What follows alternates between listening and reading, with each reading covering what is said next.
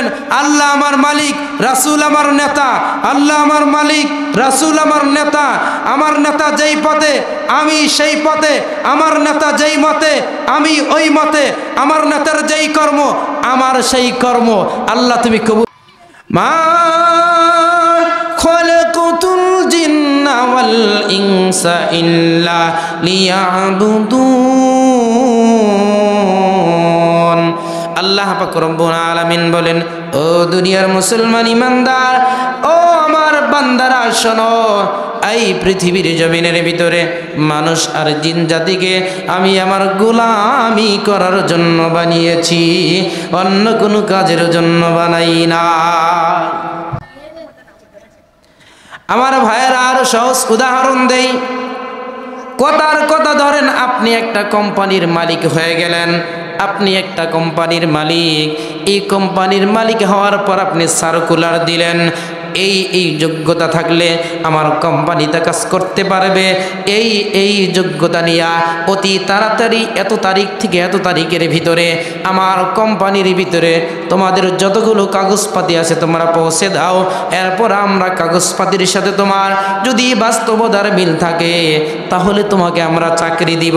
এরকম একটা সার্কুলার কোন কোম্পানির মালিক দিলেন, দেয় কি দেয় না? দিয়ে থাকে কি না? কিন্তু যথাযথ সব কিছু দেওয়া গেল, চাকরিও দেওয়া গেল, চাকরিও করতে লাগলেন। কিছুদিন কাজ করার পর যিনি কাজের জন্য নির্ধারিত হয়ে গেলেন, একবেলা ডিউটি করে 3 বেলায় ঘোরাফেরা করে, চিৎকার দিয়ে বলেন এরকম কর্মচারীর চাকরি থাকবে? থাকবে তো? মালিক একবার তাকে জানিয়ে দিলেন, সাবধান করে দিলাম, শোনো আগামী কাল থেকে আর ডিস্টার্ব করবে না, টাইম টু টাইম ডিউটি করবে, যথা সময়ে ডিউটি করবে, একটু এদিক সেদিক করবে না। মুসলমান ইমানদার 2 দিন পর আবার যদি উল্টা পাল্টা করে আবার হয়তো বা মালিক বুঝিয়ে দিবে, 3য়বার করলেও বুঝাইতে পারে। এরপরে যদি উল্টা পাল্টা করে মালিক কিন্তু আর জিজ্ঞাসাও করবে না, তার চাকরি রিটার্ন ক্লিন করে বের করে দিবে। ঠিক কিনা? মুসলমান ইমানদার, আমার আল্লাহ আমাদের মালিক, আমরা সবাই আল্লাহর গোলাম। ফজরের সময় আমার আল্লাহ ডাক দিলেন, বান্দা নামাজের দিকে আসো, আপনি আসলেন না। জোহরে ডাক দিলেন আমার আল্লাহ, আপনি আসলেন না। আসরেও ডাক দিলেন আমার আল্লাহ বান্দাকে, আসো কামিয়াবির দিকে, কিন্তু আসলেন না। মাগরিবে ডাক দিলেন, এশাও ডাক দিলেন, একদিন ডাক দিলেন, 2 দিন ডাক দিলেন, প্রতিদিন ডাক দিলেন। এরপরেও যদি আপনি না আসেন, মুসলমান ইমানদার, আল্লাহর দেওয়া যতটুকু মেমোরি আপনাদেরকে দান করেছে ওই মেমোরি খাটায় আপনারা বলেন আমার আল্লাহ আমাদেরকে গোলাম বলে কবুল করবে না, বের করে দিবে। কথা বুঝাইতে পারলাম? কথা বুঝছেন আপনারা?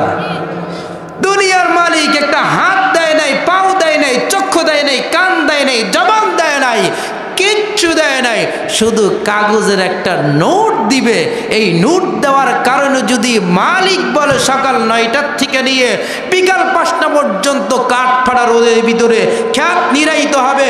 ও দুনিয়ার মুসলমান ইমানদারেরা, এত সহজ কথা যদি আমরা বুঝতে পারি, আল্লাহ পাক রব্বুল আলামিন হাত দিয়েছেন, আল্লাহ পাও দিয়েছেন, চক্ষু দিয়েছেন, গলা দিয়েছেন, কণ্ঠ দিয়েছেন, পূর্ণাঙ্গ বডি আমাদেরকে আমার আল্লাহ তাআলা দিলেন।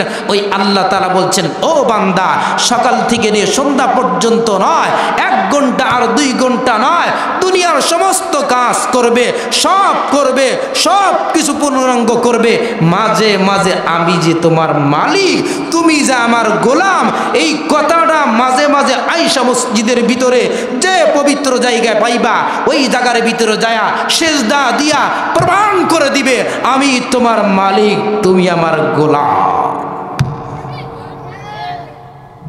পারবেন? পারবেন? পারা যাবে তো ইনশাআল্লাহ। কাজের ফাঁকে ফাঁকে 24 ঘন্টা নয়, 5 ঘন্টা নয়, সারা রাত্রি আপনি ঘুমাইছেন, আমার আল্লাহ ডাক দেয়া বলেন, ও বান্দা ঘুমাইলি, কতগুলো ছিদ্র তোর খোলা ছিল, একটা ছিদ্রের ভিতরে কোনো মশা ঢুকলো না, মাছি ঢুকলো না। আমি আল্লাহ পাহারা দিয়ে তা ফজর পর্যন্ত ঘুম পাড়াইলাম। ফজরের সময় ওঠ, ওইটা 2 রাকাত 4 রাকাত নামাজ পড়ে আমার কুদরতি পায়ে সেজদা দিয়ে আমাকে প্রমাণ করে দে আমি তোর মালিক, তুই আমার গোলাম। পারা যাবে? পারা যাবে? আজকের পরের থেকে নে পারা যাবে? সবাই কয় না, সবাই কয় না। এই মাদ্রাসা ছাত্রগুলো বেশি কে, ওরা তো পড়েই। বস্তু ওদের জন্য না, আপনাদের জন্য। আপনারা বললেন না কেন? রাগ করছেন আমার সাথে? রাগ আছে? এবি তো ইমান নরবর ওলামাই কেরামের সাথে রাগ করলে আর 0 পয়েন্টে যাবো, ঠিক কিনা? মা আতাকুমুর রাসূলু ফাখুযু ওয়া মা নাহাকুম আনহু ফান্তাহু। আমি আমার মূল আলোচনার ভিতরে ঢুকে গেলাম, বাড়তি কথা বলার সময় নেই। আল্লাহ পাক রব্বুল আলামিন আমাদের মালিক। কথাগুলো আমি বারবার বলতেছি, দিমাগের ভিতরে কথাটা বসান।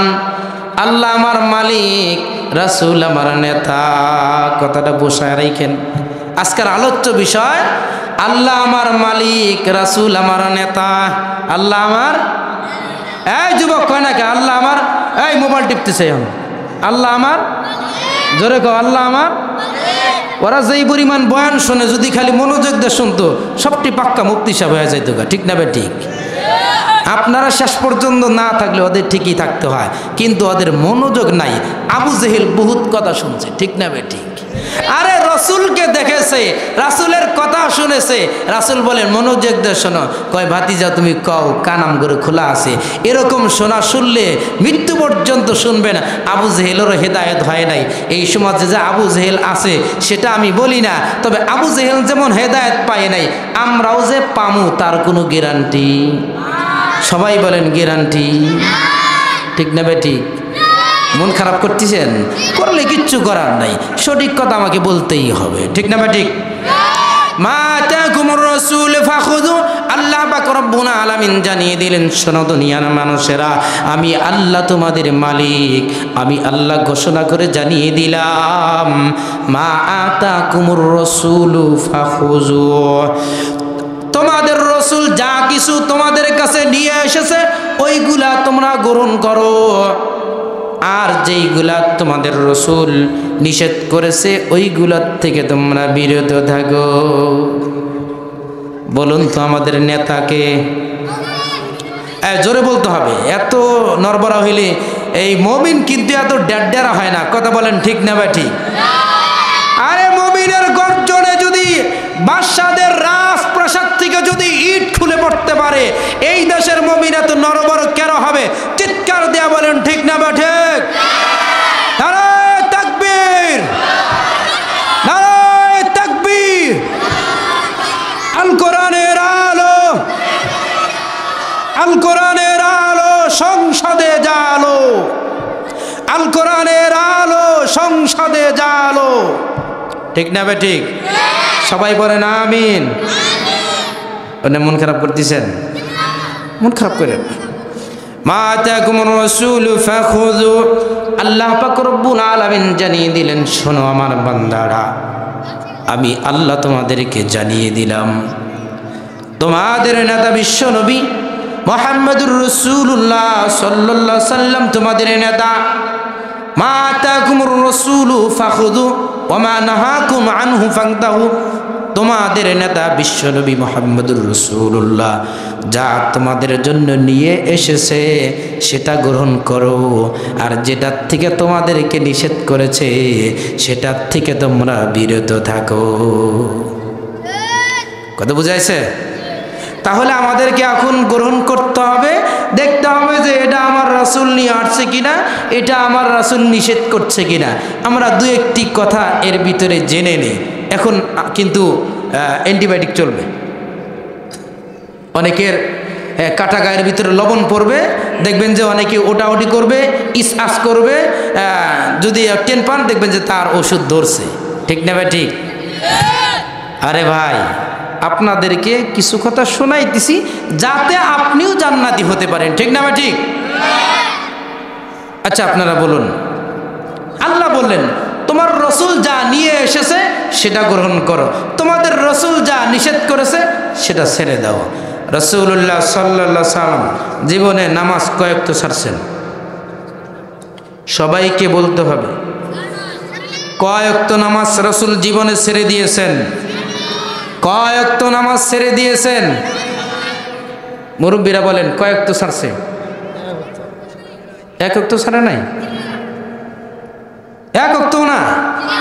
বালকেরা গণ এক ওয়াক্ত না? রাসূল আমাদের কি হন? এই সবাই বলেন রাসূল আমাদের কি হন? রাসূল আমাদের কি হয়? কি হয়?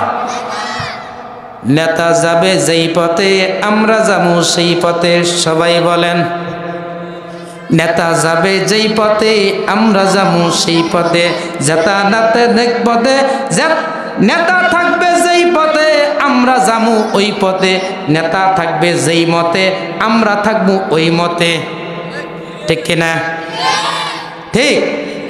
রাজি আছেন? সবাই রাজি? আল্লাহ কবুল করে নাও, সবাই বলেন আমিন। আমাদের নেতা জীবনে এক ওয়াক্ত নামাজ কামাই দেয় নাই, ঠিক কিনা? বানায় কইতেছি আমি, বানায় কইতেছি। ঠিক ঠিক। আমরা সবাই রাসূলের অনুসারী তো?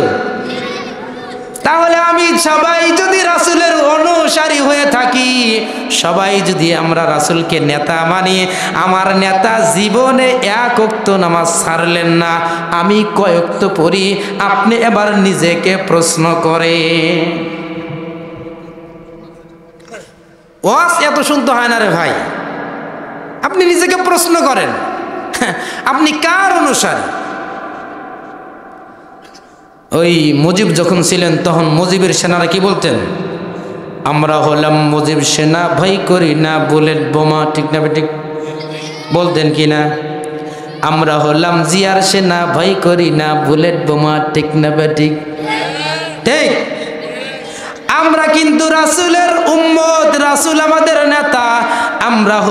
আমরা হলাম রাসূল সেনা, ভয় করি না বুলেট বোমা। ঠিক না ঠিক? আমরা হলাম রাসূল সেনা, ভয় করি না বুলেট বোমা। ঠিক না ঠিক? ঠিক আছে? আমরা ভয় করি? ভয় করি না। মা আতাকুমুর রাসূলু ফাখুযু। আল্লাহ বলেন তোমরা যাকে নেতা মানো। আপনারা বলেন আমরা কারে নেতা মানি? এ ওয়াজ মুস্ত হয় নাই তো? কিচ্ছু হবে না। এ খালি আমগরে কয়টা টাকা দিবেন, এই যে বাইকের টাকা দিবেন, মিডিয়ারা কিছু টাকা নিবে, লাইট প্যান্ডেলওয়ালা কিছু টাকা নিবে, সামিয়ানাওয়ালা কিছু টাকা দিবে, আর কিছু খাওয়া দাওয়া হচ্ছে। এই অস্ত মুস্ত হয় নাই। আর ভাই মুস্ত যদি না হয় মানবেন কি আপনি? ক্লাস আমি পড়াইলাম, আমার পড়া যদি ছাত্র নাই বোঝো কি শিখবে? ঠিক কিনা? আমার বয়ান শুনলে আপনাকে মুখস্থ করতে হবে। বলেন আমার নেতাকে। সবাই বলেন আমার নেতাকে।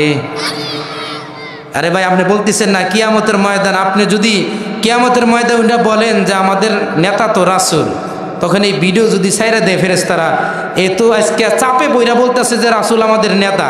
এই যে দেখেন বক্তা কতবার জিজ্ঞাসা করছে যে বলেন আমাদের নেতাকে, এর মুখের ভিতরে তালা মারা ছিল, একবার বলেন যায় যে রাসূল আমার নেতা, তখন আপনি কি করবেন?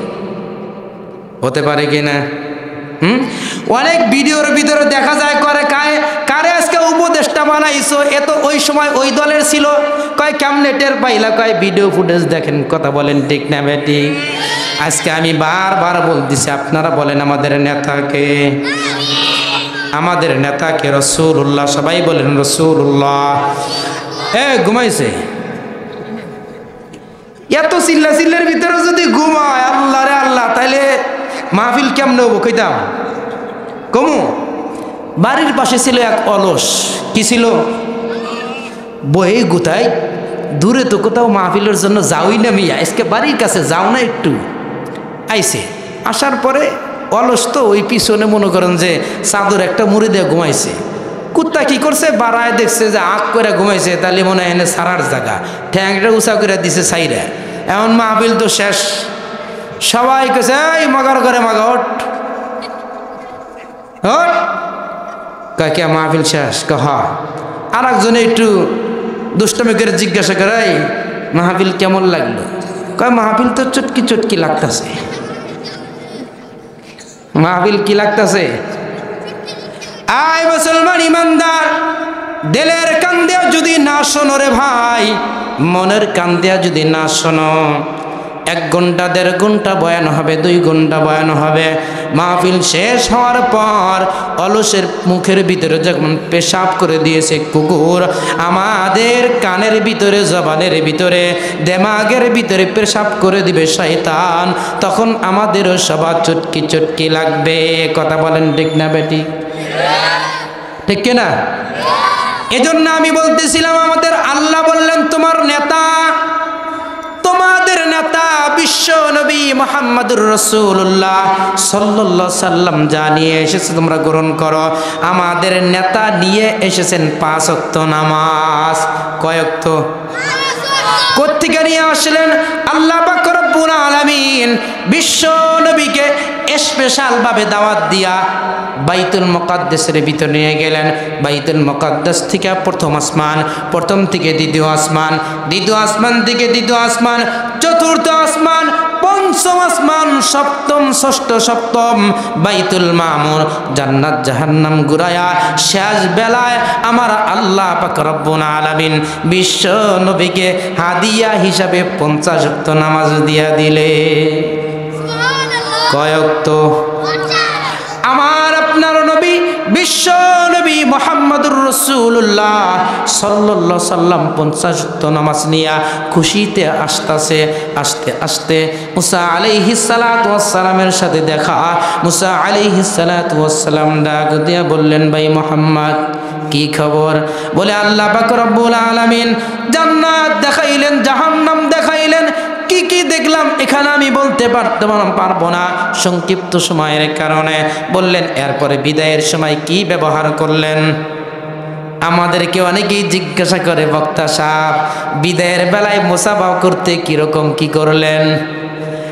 মুসা আলাইহিস সালাতু ওয়াস সালাম আল্লাহর নবীকে জিজ্ঞাসা করলেন, ভাই মুহাম্মদ বলেন দেখি আল্লাহ কি ব্যবহার করলেন? বলে আমার আল্লাহ তাআলা আমার উম্মতকে খুশি হইয়া 50 ওয়াক্ত নামাজ হাদিয়া দান করেছে। কয় ওয়াক্ত? কয় ওয়াক্ত? 50। কয় ওয়াক্ত? আল্লাহর নবী মুসা আলাইহিস সালাতু ওয়াস সালাম বললেন, ভাই মুহাম্মদ আপনার উম্মত 50 ওয়াক্ত নামাজ পড়তে পারবে না, আপনি যান কমায় নিয়ে আসেন। আল্লাহ পাক রব্বুল আলামিনের দরবারে বিশ্ব নবী চলে গেলেন, 5 ওয়াক্ত আল্লাহ কমায় দিলেন। এরপরে চলে আসলেন মুসা আলাইহিস সালাম জিজ্ঞাসা করলেন, ভাই মুহাম্মদ কি ব্যবহার করলেন? আল্লাহ পাক রব্বুল আলামিন কি করলেন? মুহাম্মদ সাল্লাল্লাহু আলাইহি সাল্লাম বললেন 5 কমায় দিছে। আবার বললেন আবার যান, বিশ্ব নবী আবার গেলেন 5 কমায় দিলেন। আবার চলে আসলেন মুহাম্মদ সাল্লাল্লাহু আলাইহি সাল্লামকে মুসা আলাইহিস সালাম জিজ্ঞাসা করলেন, ভাই মুহাম্মদ কি খবর? কয় এবারও 5 কমায় দিবেন। বলে আবার যান, বিশ্ব নবী মুহাম্মদুর রাসূলুল্লাহ সাল্লাল্লাহু আলাইহি সাল্লাম আবার চলে গেলেন, 5 ওয়াক্ত কমায় দিলেন। এইভাবে 9 বার যখন গেছেন, 5 নং 45 ওয়াক্ত নামাজ কমায়া দিয়া 5 ওয়াক্ত নামাজ নিয়ে বিশ্ব নবী রওনা করেছে। কয় ওয়াক্ত? আস্তে আস্তে আবার মুসা আলাইহিস সালামের সাথে দেখা। মুসা আলাইহিস সালাম বললেন, ভাই মুহাম্মদ কি খবর? বলে কি খবর মানে হলো আমাকে আল্লাহ 5 ওয়াক্ত দিয়েছেন। কয় ওয়াক্ত দিয়েছেন? বলে আপনি আবার যান। বলে না না না, আমার মন সাক্ষ্য দেয়, আল্লাহ যদি রাগ হইয়া বলেন তোমার পড়াই লাগবে না, তখন কি হবে? আমি যাইতে পারবো না। আল্লাহ পাক রব্বুল আলামিন যখন, আল্লাহর রাসূল যখন 5 ওয়াক্ত নামাজ বিশ্ব নবী মুহাম্মদুর রাসূলুল্লাহ সাল্লাল্লাহু আলাইহি সাল্লাম যখন 5 ওয়াক্ত নামাজ নিয়া জমিনের দিকে রওনা দিয়েছেন, আল্লাহ পাক রব্বুল আলামিন ডাক দিয়ে জানা দিলেন, বন্ধু আমার শোনেন, বন্ধু মুহাম্মদ শোনো, তোমার উম্মত যদি 5 ওয়াক্ত নামাজ আদায় করে আমি আল্লাহ পাক রব্বুল আলামিন তাদের আমল নামায় 50 ওয়াক্ত নামাজ পড়ার সাবধান করব। মুসলমান ইমানদার, তাহলে আল্লাহর নবী 5 ওয়াক্ত নামাজ নিয়ে আসলেন। আমাদের নেতা, আজ থেকে আমরা যারা 5 ওয়াক্ত নামাজ পড়ি না, 5 ওয়াক্ত পড়তে হবে কি হবে না? কেন পড়বেন? 2টা কারণ। 1 নাম্বার, আল্লাহ বললেন মা আতাকুমুর রাসূল ফাখুযু ওয়া মা নাহাকুম আনহু ফান্তাহু, তোমাদের রাসূল যা কিছু নিয়ে এসেছে গ্রহণ করো, যার থেকে বিরত থাকতে বলেছে বিরত থাকো। আমাদের রাসূল আমরা পাইলাম 5 ওয়াক্ত নামাজ আল্লাহর দরবার থেকে নিয়ে এসেছে, ঠিক কিনা? পড়বেন তো? যুবকেরা পড়বেন সবাই। আল্লাহ সবাইকে 5 ওয়াক্ত নামাজ পড়ার তৌফিক দান করুন। মুসলমান ইমানদার, বলতেছিলাম আমাদের নেতা নিয়ে আসছেন 5 ওয়াক্ত।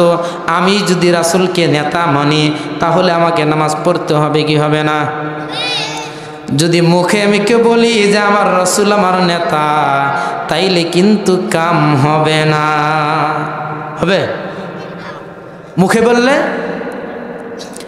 আমার মুসলমান ইমানদার, আপনাকে কাজে কর্মে প্রমাণ করে দিতে হবে রাসূল আমার নেতা, আমি তার অনুসারী, আল্লাহ আমার মালিক, আমি তার গোলাম। এটা কাজে কর্মে প্রমাণ করে দিতে হবে, মুখে মুখে বললে গ্রহণ হবে না। হবে? হবে? হবে? উদাহরণ দিয়ে আপনারা খুব খেয়াল করে শোনেন।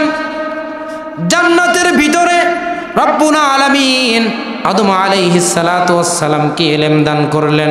দান করার পর আল্লাহ সম্মানিত করলেন। সংক্ষিপ্ত খুরজুর টাচ দিয়া যাচ্ছে।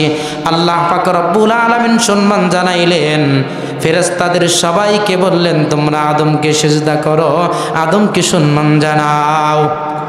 সবাই সম্মান জানাইল, কিন্তু ইবলিস সম্মান জানায় নাই। জানাইছিল। আল্লাহ পাক রব্বুল আলামিন দেখলেন ইবলিস সম্মান জানায় নাই। আল্লাহ পাক রব্বুল আলামিন জিজ্ঞাসা করলেন কেন সম্মান জানাইলে না, কেন আমার হুকুম অমান্য করলে?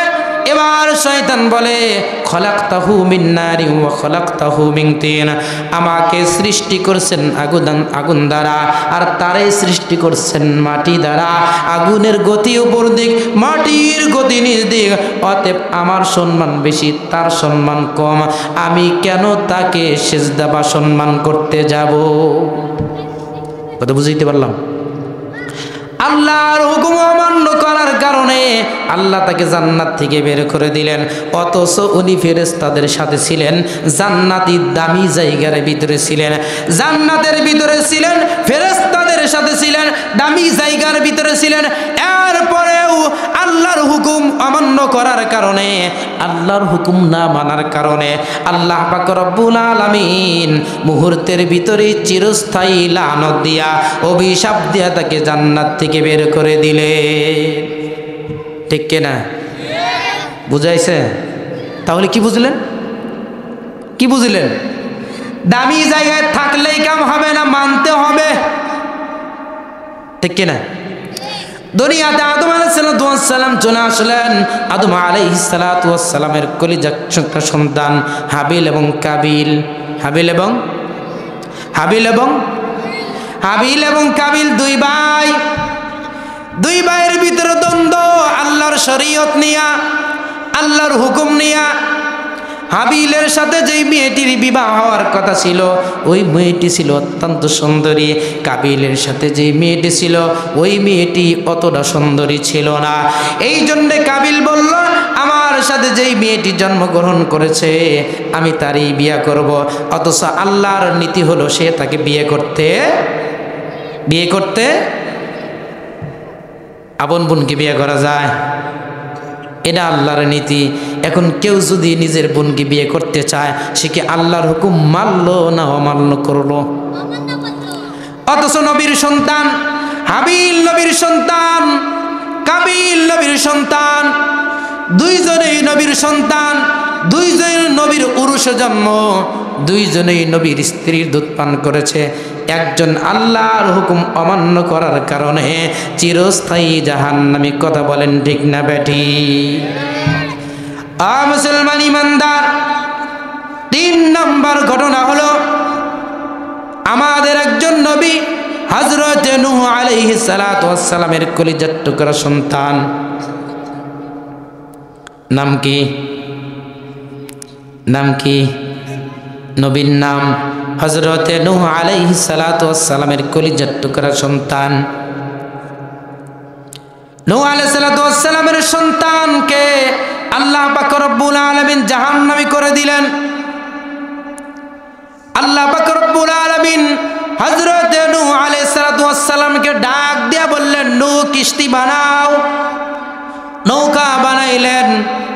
নৌকা বানানোর পর আল্লাহ পাক রব্বুল আলামিন পানি দিয়ে দিলেন। খুব সংক্ষিপ্ত করতেছি, আমার আলোচ্য বিষয় আরেকটা আপনাদেরকে জানায়া দেয়। শুধু একসাথে থাকলে হবে না, মানতেও হবে। ইসলামী সমাজে বসবাস করলেই হবে না, মানতে হবে। মুসলমানদের সাথে থাকলেই হবে না, মুসলমানিত্ব মানতে হবে। ঠিক না বেঠিক? নবীর উরুসে জন্ম, হযরত নূহ আলাইহিস সালাতু ওয়াস সালাম কিস্তি বানাইলেন। বানানোর পর আল্লাহ পানি দিয়ে দিলেন। পানি দেওয়ার পর কিস্তি চলমান। এর আগে আল্লাহর সাথে কথা হয়েছে। আল্লাহ পাক রব্বুল আলামিন হযরত নূহ আলাইহিস সালাতু ওয়াস সালামের পরিবার কাউকে মারবেন না। হযরত নূহ আলাইহিস সালাতু ওয়াস সালামের কলিজার টুকরা সন্তান চোখের সামনে পানির ভিতরে ডুবে যায়।